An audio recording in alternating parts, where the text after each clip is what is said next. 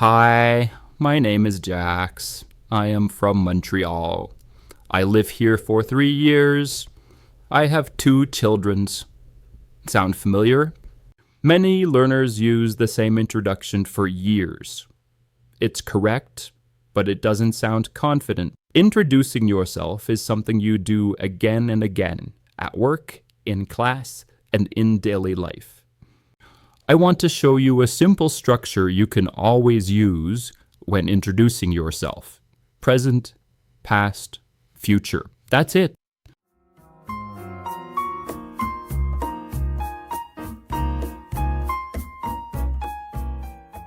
Here's an example. Hello, my name is Jax. I live in Montreal, and I've been here for the past 3 years. Back home in Ecuador, I worked as a math teacher and enjoyed helping students learn. Now, I'm studying English because I want to work in education again.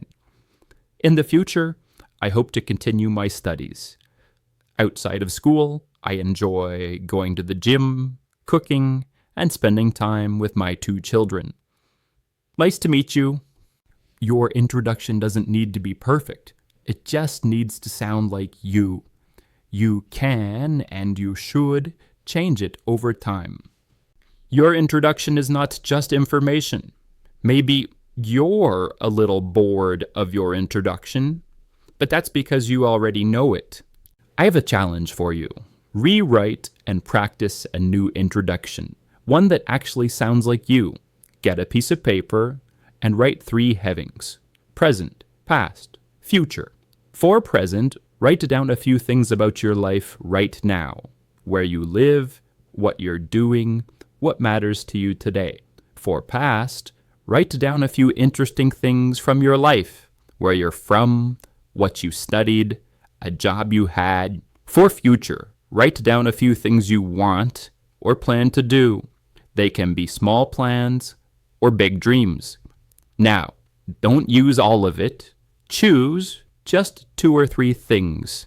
The ones that feel most interesting and most natural. Write a short introduction. Present, past, future. Then practice it. Say it out loud. Change it. Practice it again until it sounds like you. This isn't about being perfect. It's about being ready. And next time somebody says, "Tell me about yourself," you'll be ready. Hey, I'm Jax, and thanks for joining me today on Live in English with Jax. If you liked this video or you learned something new, give it a thumbs up. And if you want to keep learning, connecting, and living in English, hit that subscribe button. Got a thought, a question, or your own tip to share?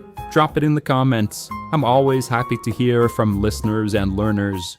And hey, if you've got a few more minutes, why not stick around and watch another lesson? Live in English with Jax. Learn, connect, live.